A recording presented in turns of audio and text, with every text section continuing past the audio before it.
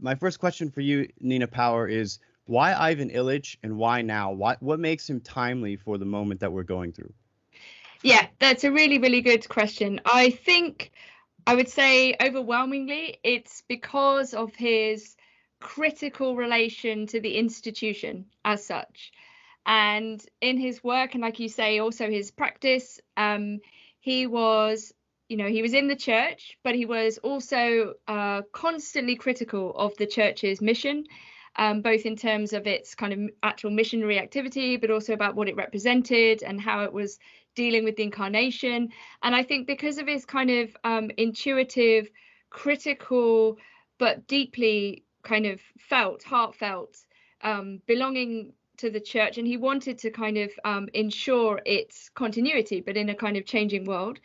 But his, I suppose, realization about the problems and the limitations of the church as this kind of great bearer of modernity. And for Illich, Christianity and modernity are kind of inextricable.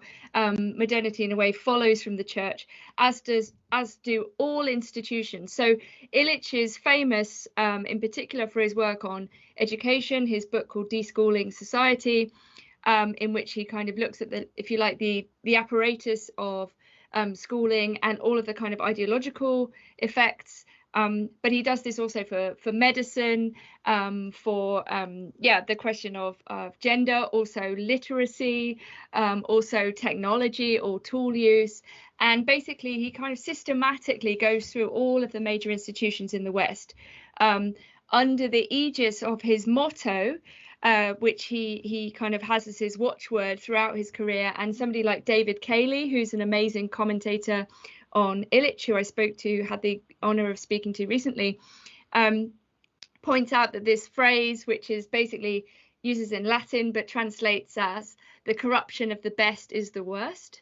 And this is Illich's watchword. So basically, he's looking at, if you like, the perversion of institutions, the way in which every institution that sets up with a series of aims or goals ultimately and perhaps inevitably becomes perverse, becomes its opposite. And it's almost like this highly rigorous account of like clown world, this idea of like that everything is inverted or perverted, and you often get this idea of clown world as almost as a kind of joke, like everything is upside down, but in a way that is kind of Illich's position. Like it's a very, very finely worked out, obviously before everyone was talking about clown world, but this attempt, if you like, to understand how institutions go wrong and why they go wrong.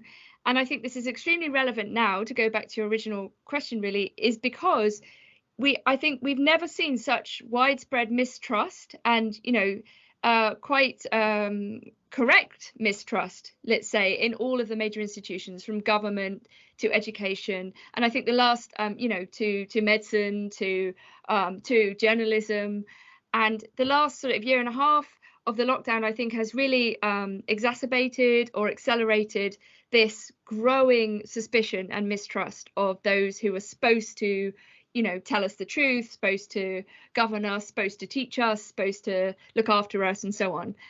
So I think that understanding of corruption and that desire for a better life, a life that is a spiritual life, a life that is a thoughtful and communal life. And Illich's concern is always with the how we can be together, with the convivial, as opposed to this highly technological, surveilled, atomized, materialist universe that we're all sort of increasingly somehow compelled to participate in, which has been speeded up by the lockdowns and all of these things. So I think basically Illich's time is very, very ripe.